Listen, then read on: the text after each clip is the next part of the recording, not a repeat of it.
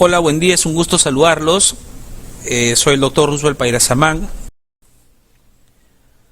Muy bien, habiendo entendido ya, haciendo un repaso de aspectos básicos de las estructuras que conforman al sistema musculoesquelético, especialmente cartílagos y huesos, ahora entramos ya un poquito más a cosas relacionadas con la esencia, digamos, del sistema locomotor, que es el movimiento. Entonces, cuando uno estudia al sistema esquelético, a las estructuras óseas, de toda esa cantidad de huesos que tenemos y que nosotros podemos ver en un esqueleto, hay huesos que conforman una parte central que está en esta imagen pintada de color celeste, medio azul, que se les conoce como huesos del esqueleto axial. Y se le dice así huesos del esqueleto axial porque están precisamente en el centro, en el eje.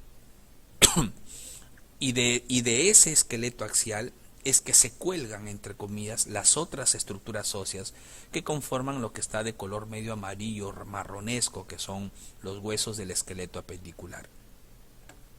¿Sí? Entonces, no olvidar que los huesos del esqueleto axial son los huesos del centro, del eje, y son todos los huesos del cráneo y de la cara, todos los huesos de la columna vertebral, desde las cervicales hasta las sacrocoxigias, el esternón y las costillas. Si en un examen le preguntan, marque usted el hueso que corresponde a un hueso del esqueleto axial, marque usted todo aquello que pertenece a huesos del cráneo, por ejemplo, frontal, occipital, parietal, temporal, etmoides, esfenoides, huesos de la cara, vomer, cigomáticos, maxilar, mandíbula, cualquiera de los huesos de la cara, huesos cervicales, huesos dorsales, huesos de vértebras dorsales, vértebras cervicales, vértebras lumbares, sacras y coxigias, esternón y costillas. Cualquiera de ellas forman parte del esqueleto axial. Y el esqueleto apendicular, que lo estoy viendo acá también, una cara anterior y esta es una cara posterior, el esqueleto apendicular viene a ser los huesos que conforman las extremidades. Entonces tenemos huesos de las extremidades superiores, clavícula, omóplato, húmero, radio, cúbito, huesos del carpo, huesos del metacarpo y huesos falanges. Eso es para los brazos, para, digamos, extremidades superiores. Lo único que tiene que hacer es duplicarlo porque es exactamente lo mismo. ¿Ya? Para los huesos de los miembros inferiores tiene el hueso coxal conformado por el ilion, el pubis y el isquion, tienen acá el fébur, rótula, tibia, peroné, tarsos, metatarsos y falanges. Y lo duplica y ya se aprendió todos los huesos del cuerpo. ¿Cómo identifico la cara anterior? Imagínense que ustedes no le muestran el cráneo. ¿Cómo sabe que es la cara anterior del esqueleto? Fácil. Usted ve, tendría que haber un esternón, está viendo los cuerpos vertebrales y está viendo la rótula. ¿Sí? Si lo veo desde la parte posterior y no le doy el cráneo, usted ve las apófisis espinosas de las vértebras, ve la espina del omóplato, ve el olecranon y ve los cóndilos femorales. Y también por ahí el calcáneo. Son datos que les puede servir para identificar huesos de nuestro esqueleto. Pero esos huesos tienen diferentes características. Habrán huesos largos que tienen una característica cilíndrica, con un canal medular en su interior, con dos prominencias externas, superiores e inferiores, que son las epífisis. Tienen huesos cortos, como los huesos que están en el carpo, por ejemplo. Carpo son huesos de la mano, o en el tarso, que son huesos del pie. Tienen 8 huesos del carpo, que son esfenoides, semilunar, piramidal, pisiforme, trapecio, trapezoide, grande y ganchoso, que son huesos cortos. Y acá en el tarso, que son los huesos del pie, tiene calcáneo, astrágalo, cuneiforme, 3 cuñas y un cuboides. Esos son los huesos del tarso. ¿Ya? Tiene huesos planos como el esternón, pero también otro hueso plano son los huesos del cráneo, por ejemplo el parietal, por ejemplo. También se considera un hueso plano el omóplato, por ejemplo. ¿Ya? Huesos irregulares significan, los huesos planos son como hojas, pues, ¿no? Los huesos cortos son como si fueran cubitos, ¿ya? Los huesos irregulares, su nombre lo dice, no tienen una forma definida, pero son muy importantes porque como tienen diferentes prominencias, sirven como anclajes para diferentes músculos. Tenemos los huesos vertebrales, por ejemplo. Y los huesos sesamoideos, como la rótula, que es la que encontramos en la rodilla, son huesos que están inmersos en un tendón y que permiten mejorar la mecánica del movimiento. La rótula es el hueso más conocido, pero no es el único hueso sesamoideo. En la parte poplitea, acá atrás, ¿sí? En relación con los cóndilos femorales, tenemos otro hueso sesamoideo que usualmente no es muy común, pero se puede encontrar y se llama fabela. También tenemos huesos sesamoideos muchas veces aquí alrededor del primer dedo de la mano, ¿sí? No es muy común, pero pueden encontrarse esos huesos sesamoideos, ¿ya? Muy bien, huesos del esqueleto axial, pues ni vuelta, ya lo mencionamos, todos los huesos del cráneo, ¿sí? Frontal, parietal, occipital, temporal, esfenoides, etmoides, ¿sí? Y los huesos de la cara que ustedes pueden ver en la imagen, ¿sí? Cráneo, cara, ¿sí? Todos los huesos que conforman básicamente la cabeza, los huesos de la cabeza que está conformado por cráneo y cara, son huesos del esqueleto axial. Si le preguntan esto en un examen y usted no responde, prácticamente esta exposición no ha servido absolutamente para nada. Muy bien, sigamos. Otros huesos del esqueleto axial, cervical, vértebras cervicales que son 7, siendo la primera muy conocida porque tiene nombre propio, que es el atlas, luego viene el axis, que es el C2, y luego el resto se identifica por su número, cervical 3, 4, 5, 6, 7, 12 dorsales o torácicas, 5 lumbares, sacras que están fusionadas y coxigias. Son 5 sacras que están fusionadas que hacen 1 y 3 a 4 coxigias que hacen 1 que están fusionadas. Una vista anterior, una vista posterior, rápidamente identificable por las apófisis espinosas, ¿sí? Y la parte lateral que se ven las curvaturas de la columna. Una lordosis cervical, ¿sí? Esto es la parte anterior, posterior, entonces acá habrá una concavidad posterior, convexidad anterior, concavidad anterior, convexidad posterior, y en la parte lumbar una concavidad posterior y una convexidad anterior, ¿sí? Son las curvaturas normales. Ya se están viendo las apófisis espinosas, ¿no? Muy bien. También tenemos un hueso del esqueleto axial que ya les había mencionado, este es un repaso, un tipo resumen. Tienen los huesos como el esternón, que tiene 3 partes, un manubrio, un cuerpo y una apófisis final, que es la apófisis sifoides, y tienen 12 costillas a cada lado. Son 7 verdaderas, 1, 2, 3, 4, 5, 6, 7, porque se conectan directamente con el esternón. Tienen 3 falsas, que están conectadas indirectamente a través de un cartílago, y tienen 2 flotantes, que son la 11 y la 12. En huesos del esqueleto apendicular es muy sencillo de entenderlo, solamente lo duplica, no tiene que aprendérselo del lado derecho y el lado izquierdo porque es exactamente lo mismo. Tiene clavícula, omóplato, húmero, radio, cúbito, 8 huesos del carpo, ¿sí? 8 huesos del carpo, que son, yendo desde la parte radial a la parte cubital, tienen en la primera hilera proximal escafoides, semilunar, piramidal, pisiforme, y luego en la hilera distal tienen trapecio, trapezoide grande y ganchoso.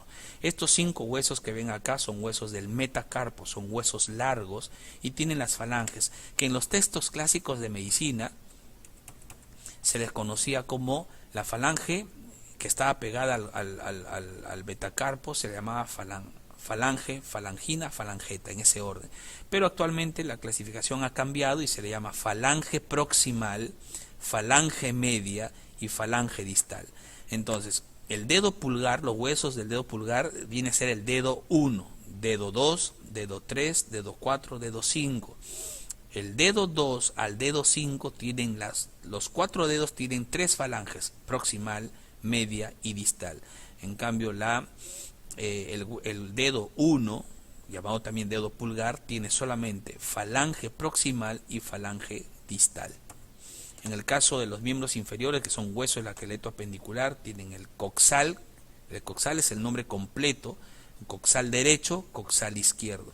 El coxal derecho tiene 3 partes, ilion o hueso ilíaco, una parte anterior llamado pubis y una parte posterior inferior llamado isquion.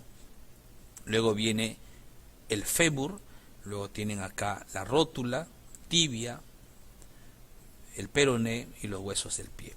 Ya, una cosa importante que me había olvidado, disculpen, voy a regresar aquí, acá están viendo la imagen, es que siempre suele confundirse brazo con antebrazo. Y es algo que siempre es importante recordar. El húmero forma el brazo y el radio y el cúbito el antebrazo. Los huesos del carpo forman lo que se llama muñeca. La mano tiene tres partes, ¿sí? La mano como tal tiene tres partes. La parte del carpo, que se conoce como muñeca, los huesos del metacarpo, que forman la palma de la mano, valga la redundancia, y los huesos de las falanges, que conforman los dedos. Son tres partes estructurales bien definidas. Y en el caso del miembro inferior, el fémur forma el muslo, y la tibia y el peroné forman la pierna. Luego tienen ustedes los huesos del tarso, que son 7, los huesos del metatarso, y que conformarían la planta, y los huesos de la falange, que conformarían los dedos. A los huesos del tarso estarían más relacionados con la parte relacionada con el talón, ¿ya? Esta es la mejor denominación: primera falange, segunda falange o tercera falange, pero se le llama falange proximal, media y distal. En el caso del, si este es el dedo número 1, sería falange proximal y falange distal. Y eso sería falange media, perdón, falange proximal, falange media y falange distal. Muy bien, pero estos huesos no podrían moverse si es que no tuviesen una articulación. Es decir, si no hubiesen estas especies de bisagras que permiten unir un hueso con el otro, no podría ser posible el movimiento. Imagínense si usted no tuviese codo, ¿cómo podría llevar su mano hacia su cara? Un poco complicado, ¿no? Entonces, gracias a que tenemos codo, usted puede flexionar y llevar su mano hacia su cara. Entonces, las articulaciones sirven para eso. Las articulaciones no es otra cosa más que la unión entre dos o más huesos con menor, media o mayor movilidad. Simple como eso, ¿ya? Y existen tres tipos de articulaciones basadas en su funcionalidad, ¿ya? Y estamos hablando de funcionalidad, significa movimiento. Habrán articulaciones que son inmóviles, ¿ya? Hay articulaciones que son algo móviles, digamos semimóviles, y ahí están las otras articulaciones que son supermóviles, ¿ya? Las articulaciones que son inmóviles se les conoce como, ¿cómo se les conoce a las articulaciones que son inmóviles? Sin artrosis, ¿ya? Sin artrosis. Por ejemplo, las sinartrosis pueden ser de dos tipos. Pueden ser suturas, como las que podemos ver entre los huesos del cráneo, ¿sí? Acá pueden ver una sutura, que es una articulación sinartrósica, o las articulaciones que nosotros vemos entre los dientes, en el diente con el maxilar, por ejemplo, que son gonfosis. O sea, dos tipos, por favor. Aquí sí, fíjense eso, ¿ya? Hay algunos textos que señalan a la sindesmosis como una articulación sinartrósica, pero no es así. Sinartrosis, su nombre lo dice, sin artrosis, o sea, no hay movimiento, son los huesos, las suturas que se encuentran entre los huesos del cráneo. A ver, usted mueva su parietal, a ver, si usted lo mueve, yo le doy $1.000.000. Nunca va a mover su parietal, eso sería anómalo. Entonces, esas suturas permiten inmovilidad, ¿ya? Igualito, sucede lo mismo con otra sin artrosis, otra articulación llamada sin artrosis, son las gonfosis. O sea, no se mueven los dientes, pues él mueve a su diente usted, salvo que se le esté cayendo, ¿no? Pero no se puede mover, es inmóvil. Entonces, dos tipos de articulaciones, suturas, gonfosis, forman sin artrosis, ¿ya? Luego vienen articulaciones con más movimiento, que son las diartrósicas, o sea, vamos de un polo al otro polo. En un polo opuesto teníamos la sinartrosis, dos tipos, suturas y gonfosis. Y en el otro polo tienes las diartrosis, que son articulaciones muy móviles, amplio movimiento, ¿ya? Pero estas articulaciones diartrósicas tienen características especiales y se les llama también articulaciones sinoviales porque tienen una cápsula que las rodea. Por ejemplo, acá tengo un hueso, este es otro hueso, el cartílago, y está rodeado por una cápsula. Y esta cápsula tiene una membrana interna que se le llama como membrana sinovial. Y esta membrana sinovial que recubre la parte interna de la cápsula ¿Qué cosa hace? Libera, produce un líquido que es como un lubricante que va a bañar a estas articulaciones para generar lo que se llama el líquido sinovial. Entonces, ese líquido sinovial permite, como esta articulación son muy móviles, permite que las superficies cartilaginosas de los huesos no se desgasten.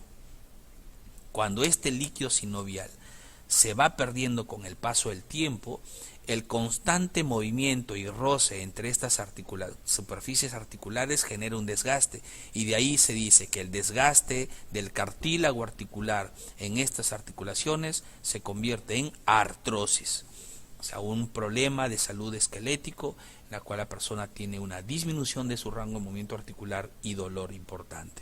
¿Ya? No se olviden. Muy bien. Como habíamos dicho, las diartrósicas son las articulaciones más móviles que nosotros tenemos en el cuerpo. Y hay diferentes tipos de articulaciones diartrósicas. Empecemos por las diartrósicas, que son las más móviles y que las que tienen un amplio movimiento y trabajan en los diferentes planos de movimiento. Por ejemplo, en el hombro. En el hombro, acá identificado con la letra E, es una articulación llamada enartrosis, que en algunos textos se le conoce también como esferoidea. ¿Ya? Es una especie de articulación bola-socket. ¿Ya? Permite movimiento en los tres planos de movimiento, en el axial, en el frontal y en el anteroposterior o sagital. ¿Ya? Entonces, ¿dónde encontramos articulaciones sinoviales diartrósicas tipo esferoideas o enartrosis? Tenemos acá en el hombro, en la cadera. ¿Ya? Son las dos más importantes. Vamos bajando, vamos hacia el codo. El codo tiene dos tipos de articulaciones muy interesantes. La articulación que existe entre el húmero y el cúbito solamente puede moverse en un solo plano. ¿Sí? Ojo, entre húmero y cúbito. Húmero y cúbito. Esa articulación se llama gingimus. ¿Sí? O es una articulación tipo bisagra. ¿Ve? Nada más se puede mover en un solo plano. Por eso puede ser solamente flexión y extensión. ¿Ya? Pero en el mismo codo hay otra articulación que existe entre el radio y el cúbito, llamado articulación radiocubital. Y esa es la que permite hacer los movimientos de pronación y supinación que vamos a ver en la próxima exposición.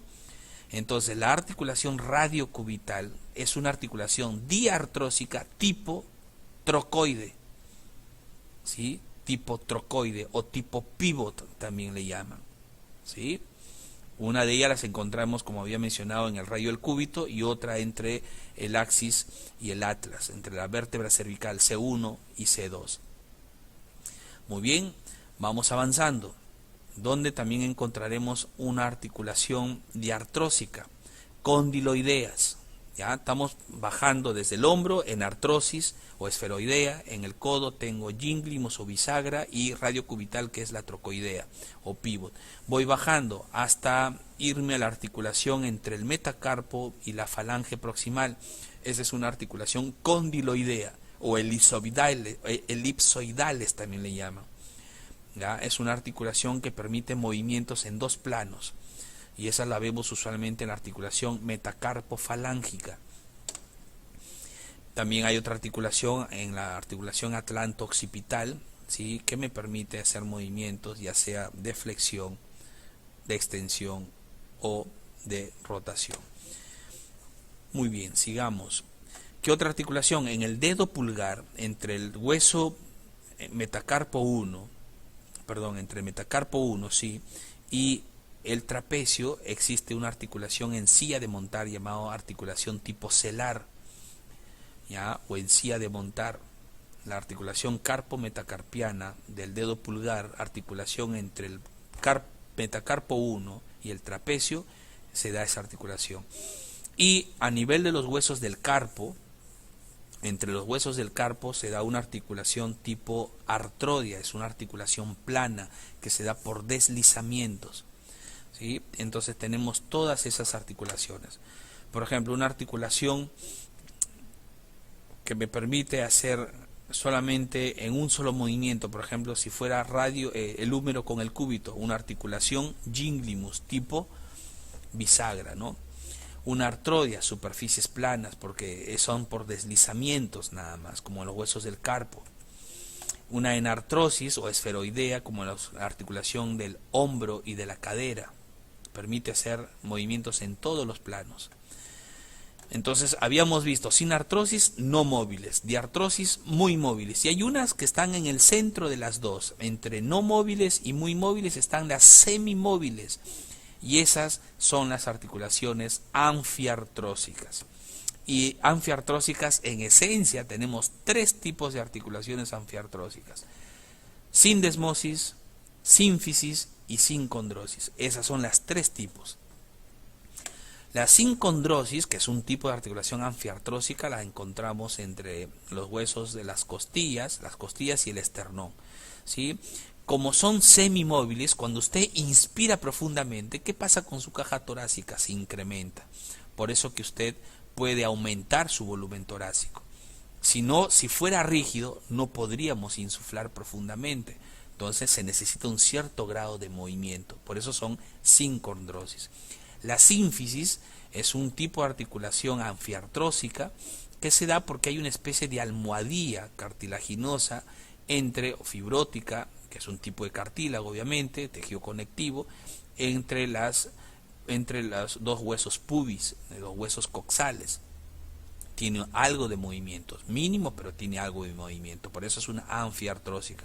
Otro tipo de articulación también anfiartrósica la encontramos a nivel de los discos intervertebrales, por eso que podemos hacer ciertos movimientos a nivel de la columna vertebral.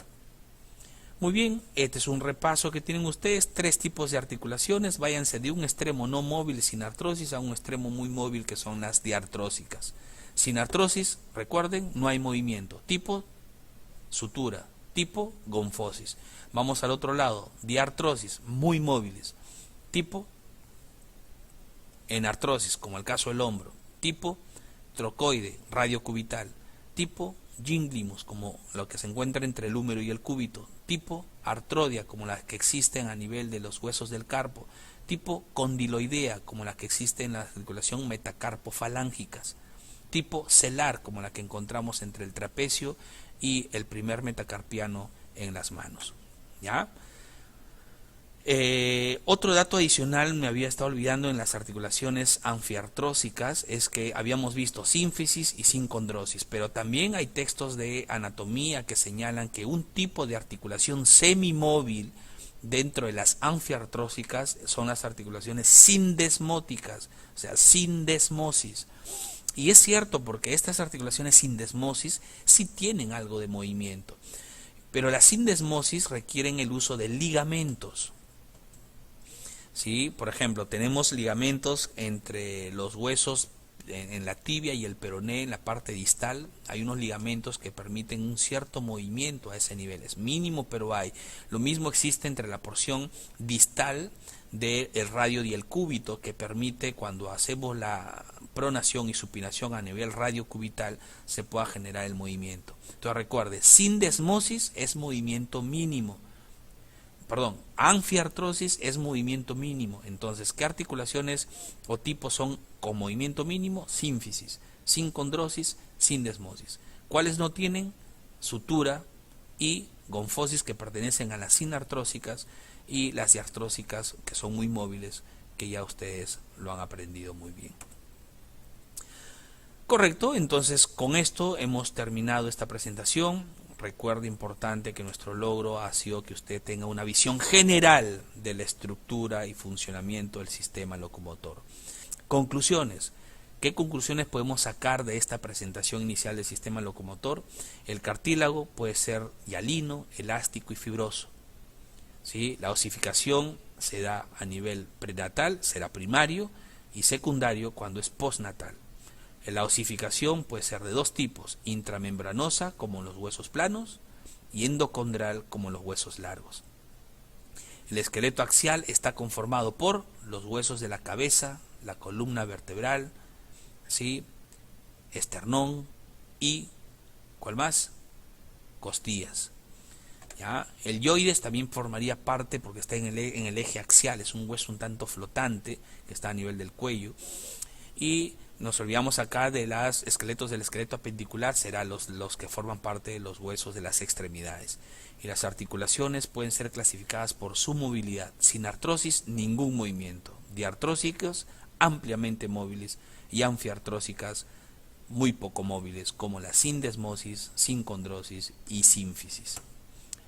Si usted desea empaparse un poquito más de esto, siempre recomendamos, como me dijeron mis maestros en algún momento hace más de casi 20 años, lea, busque libros, estudie, no se contente solamente con escuchar un video, que por cierto lo hacemos con el mayor de los cariños y siempre con el deseo sublime de que ustedes vayan avanzando en esta hermosa y apasionante carrera que es la medicina.